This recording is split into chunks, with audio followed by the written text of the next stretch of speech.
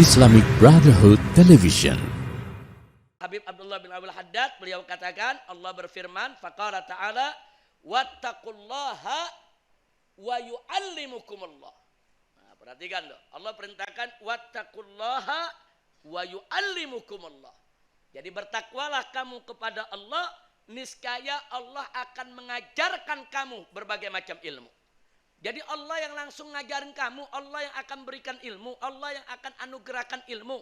Jadi ilmu apa saja yang langsung diberikan oleh Allah kepada seorang hamba tanpa susah payah, itu disebut ilmu ladun. Ini hanya bisa didapat oleh orang-orang yang bertakwa. Jadi kalau mau dapat ilmu ladun, ya bertakwa. Jadi jangan nyari ilmu ladunnya. Nyari ilmu ladunnya nggak bakal dapat. Nyari takwanya, ilmu ladun dapat, ya ikhwan. Nah, jadi terbalik tuh, ada orang nyari ilmu ladun, terbalik. Nggak betul, yang dicari adalah takwanya. Ilmu ladun itu bukan dicari, dia merupakan minhah ilahiyah. Minhah ilahiyah artinya anugerah ilahi. Kira-kira jelas tidak?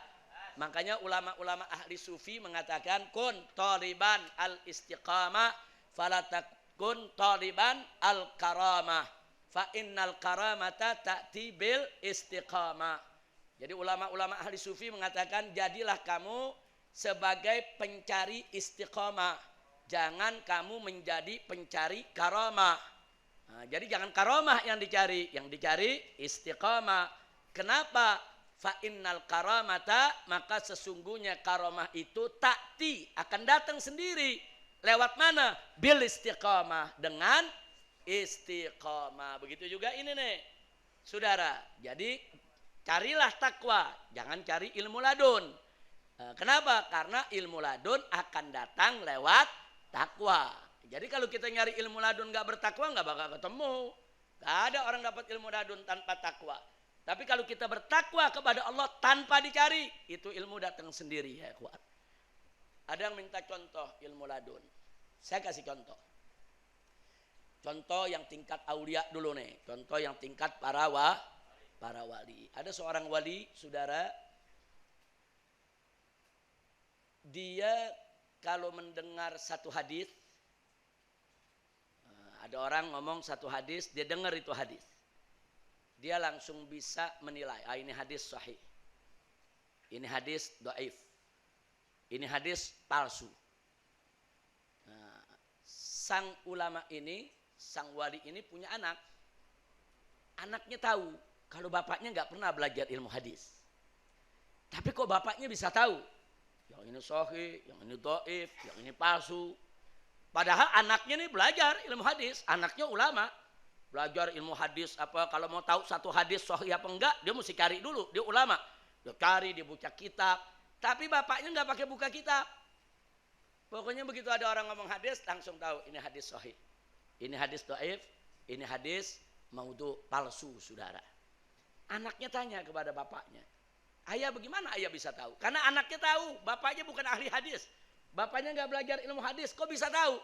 Anaknya yang belajar puluhan tahun nggak begitu, saudara. Nah, bapaknya nggak mau unjukin. Nah, biasa aulia tuh kalau punya karomah bukan buat diunjuk-unjukin, bukan buat pamer. Jadi kalau ada yang pamer-pamer karomah perlu dicurigai tuh. Nggak ada wali pamer-pamer karomah, nggak ada, saudara. Nah, bapaknya dia ditanya nggak mau jawab, kata bapaknya jangan, itu rahasia, nggak boleh. Nah, ketika ayahnya sakit menjelang ajal, nah baru si anak nanya lagi, pengen tahu rahasianya. Baru si bapaknya sampaikan, kata sang ayah kepada si anak, wahai anakku, bertakwalah kamu kepada Allah. Kalau kau bertakwa, taat kepada Allah dengan ikhlas dan ridho, nanti Allah yang kasih tahu. Allah yang kasih tahu sendiri tanpa kau pelajari mana yang sahih, mana yang dhaif. Terus anak tanya, lalu bapak tahunya bagaimana?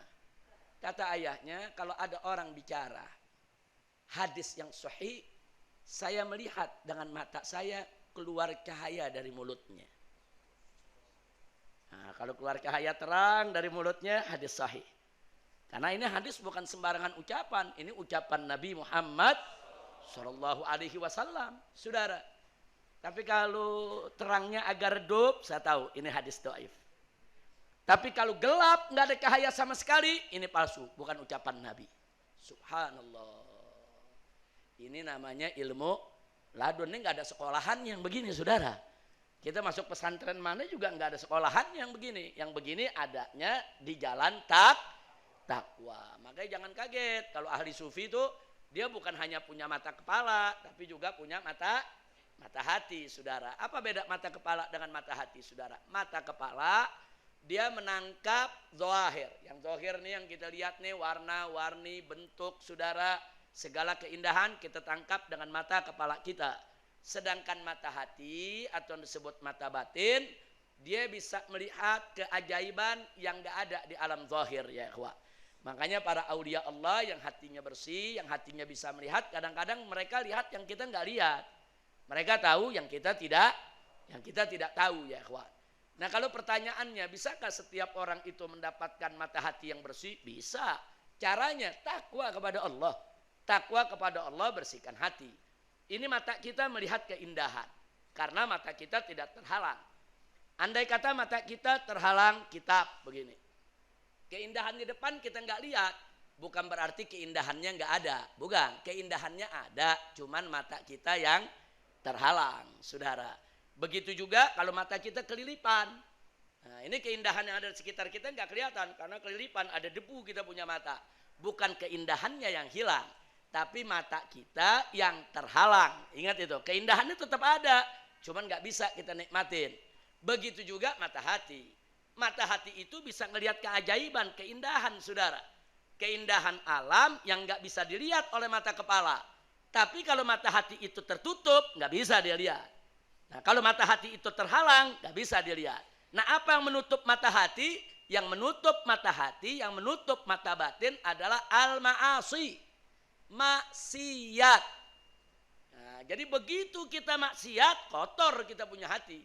Begitu kotor kita punya hati, nggak bisa kita ngelihat, ya ikhwah. Nah, jadi sebagaimana mata kepala kita perlu dibersihkan supaya ngelihat itu cerah, maka mata hati kita juga perlu dibersihkan supaya bisa melihat keajaiban dengan cerah. Insya Allah.